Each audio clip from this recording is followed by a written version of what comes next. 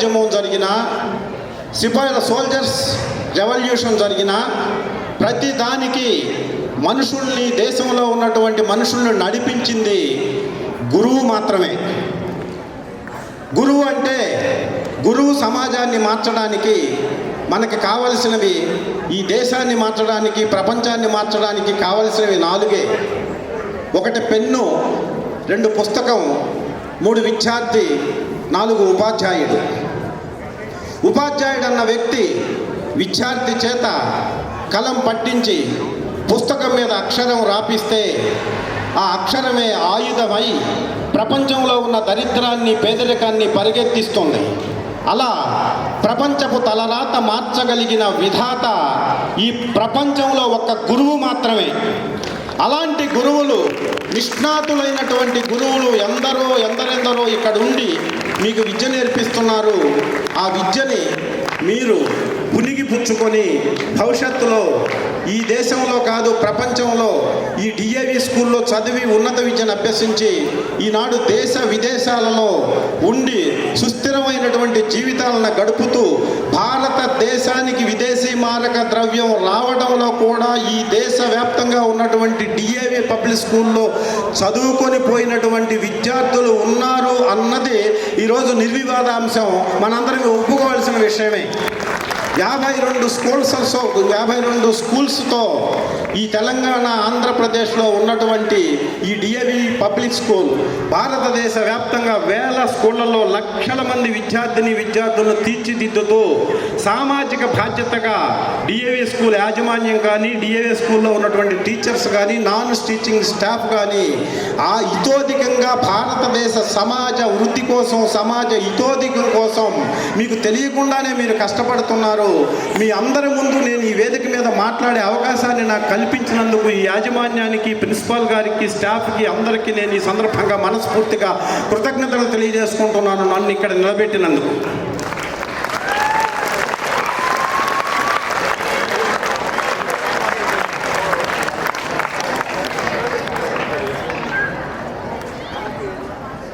గాలికి గాయం కాదు, నిప్పుకి చెదలు పట్టదు, నీటిని ఎవడు కోయలేడు, అలాగే ఈ భూమిని ఎవడు దాచలేడు.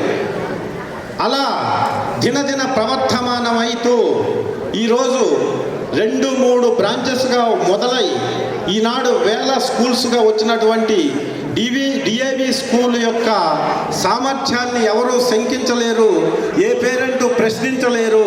అలాగా ఉన్నతంగా ఈ దేశంలో ఇంకా భవిష్యత్తులో మంచి విద్య చెప్పడం కోసం ఎన్నెన్నో బ్రాంచీలతో విరాజిల్లుతూ 3 పువ్వులు 6 కాయలుగా డిఏవి పబ్లిక్ స్కూల్ యాజమాన్యం ద్వారా ఇంతే సామర్థ్యంతో, ఇంతే సిన్సియర్గా ఇంకా కొన్ని వేల స్కూల్స్కి ఎదగాలని ఈ సందర్భంగా దేవుణ్ణి మనస్ఫూర్తిగా కోరుకుంటూ, ఈ సందర్భాన్ని అవకాశం ఇచ్చినందుకు, ఈ అవకాశం నాకు వచ్చినందుకు నా తల్లిదండ్రులు, నాకు విద్య నేర్పిన గురువులతో పాటు నేను 1987లో హైదరాబాద్ వచ్చి ఎడ్యుకేషన్ ఫీల్డ్ మానేసి హైదరాబాద్ వచ్చి సినిమాలో యాక్ట్ చేస్తున్నప్పుడు మొదటి సినిమాగా 1998లో సీతారామరాజు సినిమా చేసి, ఇప్పుడు పొలిమేర 3 అనే సినిమా రాత్రి షూటింగ్ చేసి ఇప్పుడు ఇక్కడికి వస్తే ఆ సినిమా నాది 271వ సినిమా.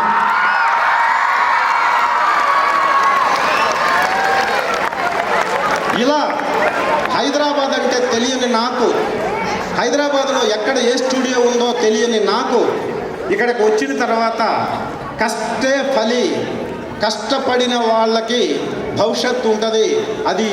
అది ఎడ్యుకేషన్ అయినా, పారిశ్రామికమైన, ఆర్థికమైన, సామాజికమైన, ఎక్కడైనా కష్టపడందే ఫలితం రాదు. కష్టపడుతూ ఉంటే ఫలితం వస్తుంది. అందుకే శ్రీశ్రీ అంటాడు, ప్రయత్నిస్తూ మరణిస్తే మరణం మనిషి విజయం సాధించినట్టే, ప్రయత్నం విరమిస్తే మనిషి ఆ క్షణమే మరణించినట్టు.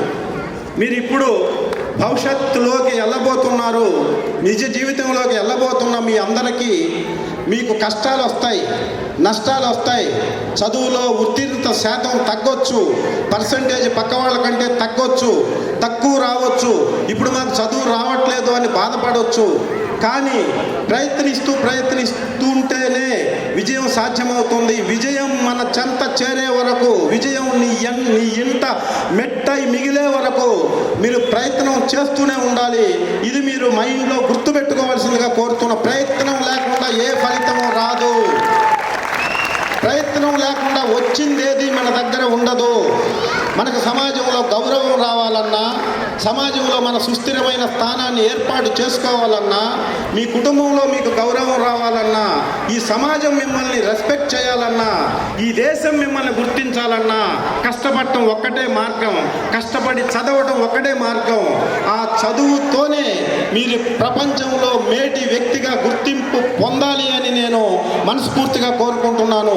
ఇదే ప్రాంతంలో ఈనాడు మైక్రోసాఫ్ట్కి సీఈఓగా ఉన్నటువంటి సత్య నాదెండ్ల అనే అతను ఇదే డిఐఎస్ పబ్లిక్ స్కూల్ లాంటి హెచ్పిఎస్ స్కూల్లో హైదరాబాద్లో 10th క్లాస్ చదివి 47-50% లోపు ఇంజనీరింగ్ పూర్తి చేసి అమెరికా వెళ్ళినప్పటి నుంచి సీఈఓ అయ్యేంత వరకు ఒకే కంపెనీలో అతి కష్టాలు పడి ఒక నార్మల్ ఎంప్లాయీగా చేరినటువంటి ఒక సత్య నాదెండ్ల ఈనాడు ప్రపంచాన్ని శాసించగలిగినటువంటి మైక్రోసాఫ్ట్ కంపెనీకి సీఈఓ ఎలా కాగలిగాడు? కష్టపడటం వల్లే అయ్యాడు అని మీ అందరికీ ఈ సందర్భంగా మనవి చేస్తూ, ఏ బేసు లేకుండా హైదరాబాద్లో ఎక్కడ ఏ స్టూడియో ఉందో తెలియకుండా ఎకనామిక్స్ లెక్చరర్గా పనిచేస్తున్న నేను సినిమాల మీద ఇంట్రెస్ట్తో నటించాలనే ఆకాంక్షతో లక్ష్యంతో ఆనాడు 1997వ సంవత్సరంలో ఏమీ తెలియకుండా హైదరాబాద్ వచ్చిన నన్ను ఈ సినిమా తల్లి తన హక్కున చేర్చుకొని 1998వ సంవత్సరంలో మొదటి సినిమా సీతారామరాజులో యాక్ట్ చేస్తే అప్పటి నుంచి ఇప్పటి వరకు 28 సంవత్సరాలుగా నన్ను స్నేహితులైతేమి, సినిమాల్లో ఉన్న డైరెక్టర్లు, ప్రొడ్యూసర్లు, మేనేజర్లు ఎవరైతే స్నేహభావంతో నన్ను ఇక్కడ వరకు ఆదరించినందువల్ల, ఆ సినిమా పరిశ్రమ హక్కున చేర్చుకున్నందువల్ల, ఆ సినిమాలో ఫేమస్ అవ్వటం వల్ల ఈనాడు మీ అందరి ముందు ఈ వేదిక మీద నేను నిలబడగలిగే స్థితికి వచ్చాను అన్నది చాలా సగర్వంగా, వినయంగా మీ అందరి ముందు చెబుతున్నాను. దానికి కారణం కష్టపడటమే అని నేను నమ్ముతాను. మీరు కూడా నమ్మాలి, నమ్మి తీరాలి. అప్పుడే వృద్ధులేకి వస్తారు అని నేను మనసా వాచా కర్మేణ మీ అందరికీ తెలియజేస్తున్నాను ఈ వేదిక మీద నుంచి వేడుక ద్వారా.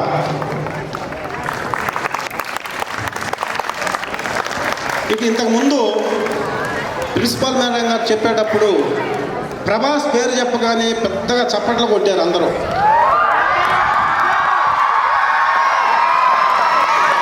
అలాగే మహర్షి పేరుగానే మహేష్ బాబు ఫ్యాన్స్ ఎక్కువ ఉన్నట్టున్నారు, మళ్ళీ చప్పట్లు కొట్టారు. సో నేను టాలీవుడ్లో ఉన్నటువంటి అందరి హీరోలతో పనిచేశాను అదృష్టం కొద్దీ. నేను చేసిన వాటిలో మిర్చి, ప్రభాస్ గారు మిర్చిలో నేను యాక్ట్ చేస్తే దాంట్లో ప్రభాసు నేను ఉన్నప్పుడు ఒక సీన్లో ఒక డైలాగ్ ఉంటుంది.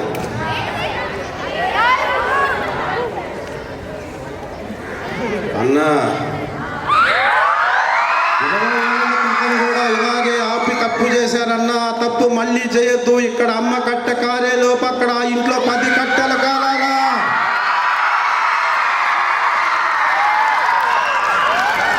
ఇది మిర్చి సినిమాలో ప్రభాస్ గారు నేను యాక్ట్ చేసిన సినిమాలో నేను చెప్పిండాలి. అలాగే మహర్షి మహేష్ బాబు గారితో నాది ఒక డైలాగ్ ఉంటుంది ఆ సినిమాలో, రైతు గురించి.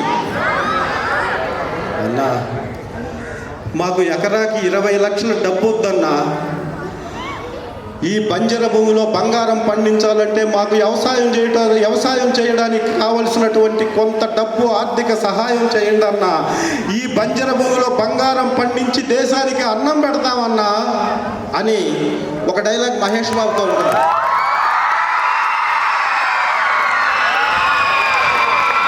అలాగే బృందావనం సినిమాలో జూనియర్ ఎన్టీఆర్తో ఒక డైలాగ్ ఉంటుంది. ఏమే ఆ ఊరోడీడో మా ఊరు అమ్మాయిని ప్రేమించినాడని చెప్పి మోసం చేశాడు కాబట్టి ఇంకా బతుకున్నాడు, లేకపోతే ఆ పొద్దు అక్కడే దీన్ని చంపేసేటాన్ని. దీన్ని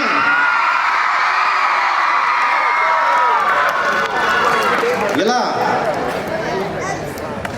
అందరు యాక్టర్స్తో చేసే అదృష్టం నాకు లభించి ఈరోజు ఇండిపెండెన్స్ డే సందర్భంగా మీ అందరి ముందు వచ్చి మాట్లాడే అవకాశాన్ని కల్పించినటువంటి ఈ స్కూల్ యాజమాన్యానికి, ప్రిన్సిపాల్ గారికి మరొకసారి నేను కృతజ్ఞతలు తెలియజేసుకుంటూ, ఇంతసేపు నేను మాట్లాడింది ఓపికగా విన్నందుకు టీచర్స్కి, పేరెంట్స్కి, స్టూడెంట్స్కి నేను మనస్ఫూర్తిగా వినయపూర్వకమైన కృతజ్ఞతలు తెలియజేసుకుంటూ సెలవు తీసుకుంటాను.